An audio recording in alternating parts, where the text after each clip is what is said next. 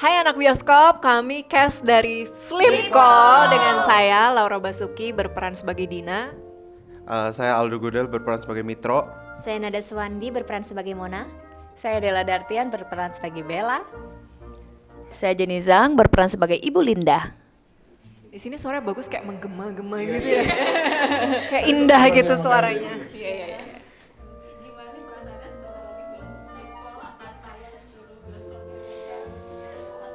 Deg-degan. Tapi sangat excited ya. Super excited.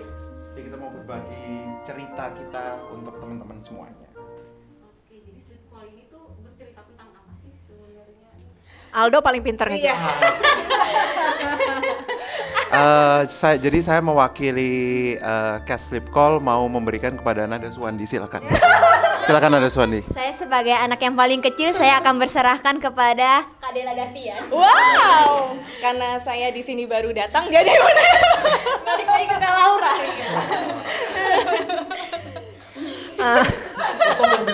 Disuruh ke orang balik aja. Kita balikin aja.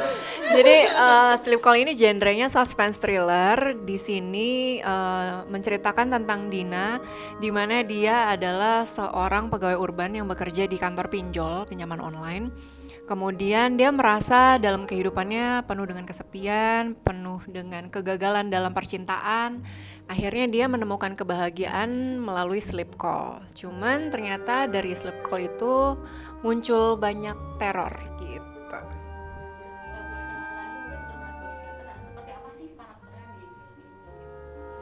Kalau Dina ini ya seperti yang tadi aku udah kasih tahu sebelumnya, memang dia itu dalam kehidupan nyatanya penuh dengan loneliness gitu. Jadi dia ngerasa dia lebih bahagia ketika dia hidup di dunia maya melalui teleponan itu. Mungkin yang lain? Silakan duluan.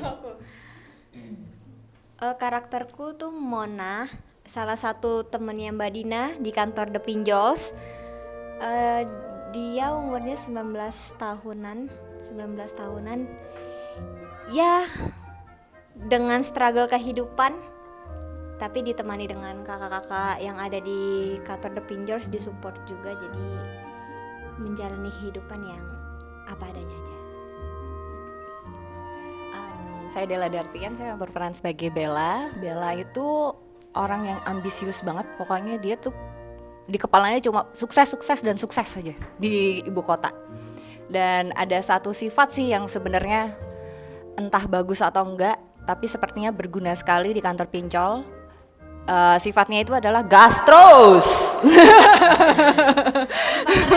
Tanpa ngerem. Itu sangat berguna sekali sih di kantor The Pinjol, dan dia salah satu karyawan di The Pinjol juga, dan dia salah satu sahabat kok salah satu?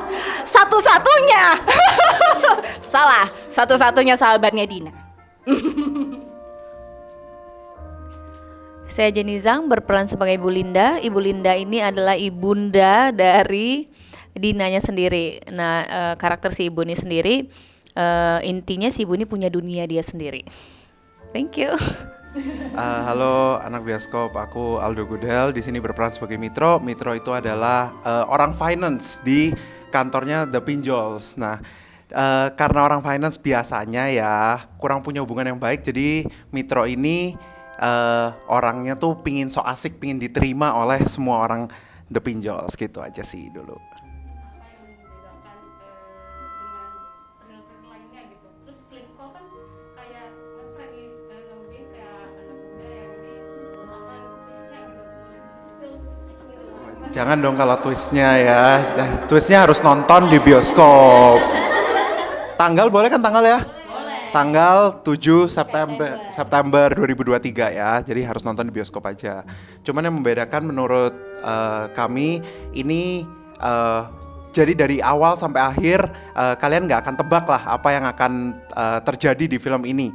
Yang membedakan juga mungkin trailernya tuh suspense banget, kita nggak dikasih jeda untuk kita mikir, tiba-tiba udah ada yang baru lagi gitu, tiba-tiba udah ada yang menyesak lagi gitu. Nah gitu sih, itu bedanya mungkin ya. Dan juga nantinya pada akhir film ini kalian pasti akan merasa bahwa kayak kalian dengan teman kalian itu punya pemikiran yang berbeda mungkin gitu. Jadi mungkin waktu nonton ini sama teman kalian nonton ini mungkin akan beda pikirannya gitu sih. Kalau pengamatanku sih selama ini film Indonesia jarang sekali yang mengusung tema thriller gitu.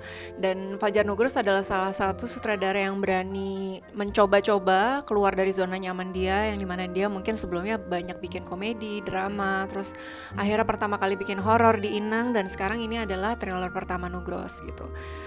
Jujur juga ini film thriller pertamaku, jadi benar-benar excited banget waktu diajak kerja sama bareng sama Mas Fajar, dan begitu baca skripnya juga aku ngerasa sesak gitu.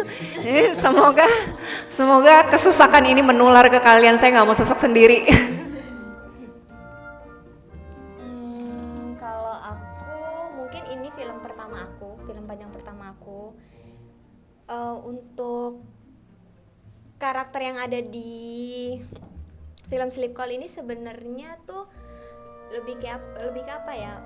Semua karena berprosesnya bareng-bareng untuk penciptaan karakternya. Jadi menurutku gak ada yang sama sih. Semuanya kayaknya mempunyai beban masing-masing, beda-beda, tapi harus tetap menjalani kehidupan di dalam dunia pinjol. Kalau bagi aku pribadi, mungkin bagi Dina pribadi agak beda sendiri gitu. Jadi ini untuk film pertama dan thriller juga, dan dikasih kesempatan sama Mas Fajar, terus bertemu sama Mas Rosa juga untuk menciptakan karakter. Kebetulan aku nggak ada di skrip juga, jadinya PR buat aku itu pengalaman yang sangat mengesankan dan dikasih ruang untuk eksplorasi karakter yang lebih luas lagi sih. Yang membedakan dengan film thriller yang lain ya, ada satu sih yang cukup menarik banget di Sleep Call yang membedakan dengan film thriller yang lain. Kalau film thriller yang lain, yang thriller ya udahlah gitu, pasti nggak dikasih jeda napas. Kalau di sini namanya juga Mas Fajar ya, pasti akan ada komedinya.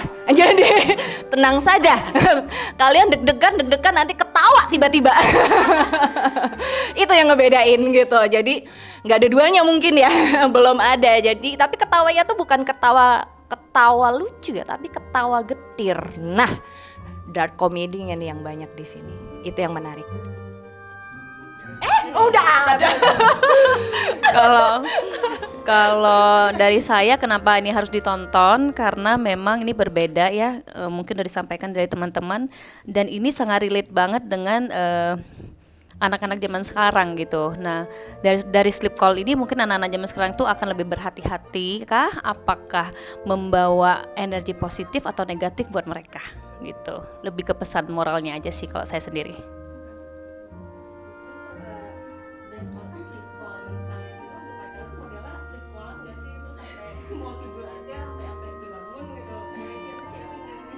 Anak Gen Z dulu. Aku lagi. Baiklah. Aku pribadi walaupun di sini paling kecil gitu, tapi aku tipikal yang nggak suka sleep call sih, sejujurnya.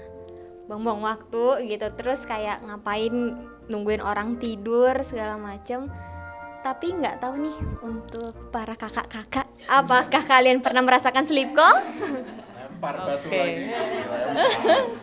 Kalau Aku hidup di zaman batu ya, jadi waktu itu telepon kan mahal banget pas zaman aku pacaran SMA kuliah gitu. Jadi ya nggak ada video call, jadi cuman teleponan suara aja. Cuman aku memang tipe yang suka sekali ngobrol gitu. Apalagi waktu masa pengenalan, PDKT itu kan pengen tahu lebih banyak tentang seseorang. Itu kita bisa ngobrol mungkin 5 jam, 6 jam, kadang-kadang ya kalau udah ngantuk tutup. Kadang kalau nggak pengen berhenti ya ngobrol terus sampai pagi gitu, atau taruh terus ketiduran gitu juga pernah. Tapi anak sekarang lebih seru sih kayaknya ya, ada videonya bisa 24 jam, gratis lagi nggak bayar. Bayar data, iya. Iya, dulu zaman dulu tuh telepon mahal banget, bisa juta-jutaan zaman dulu tuh. Oke, mungkin saya sama Laura sama ya, hidup di zaman purba.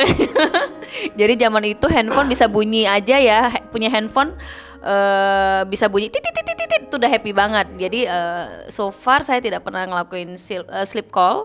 Banyak kan kalau misalnya mau ngobrol, PDKT apapun itu langsung telepon atau ketemu.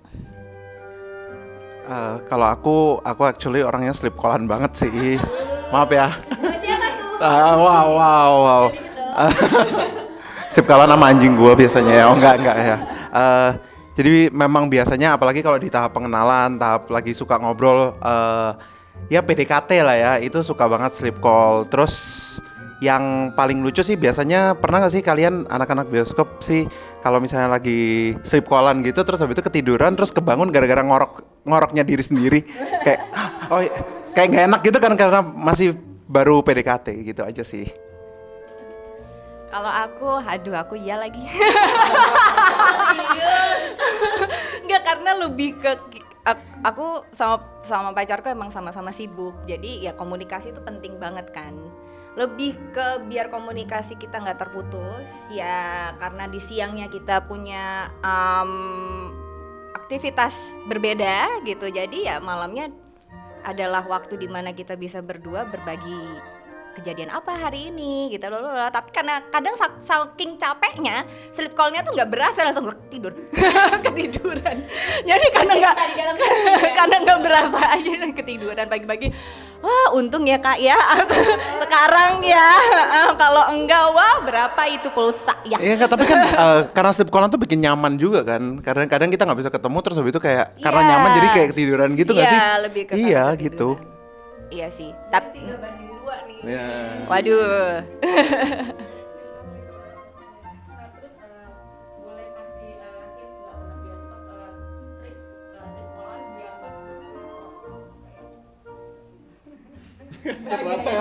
Wah sleep callan biar nggak kena teror.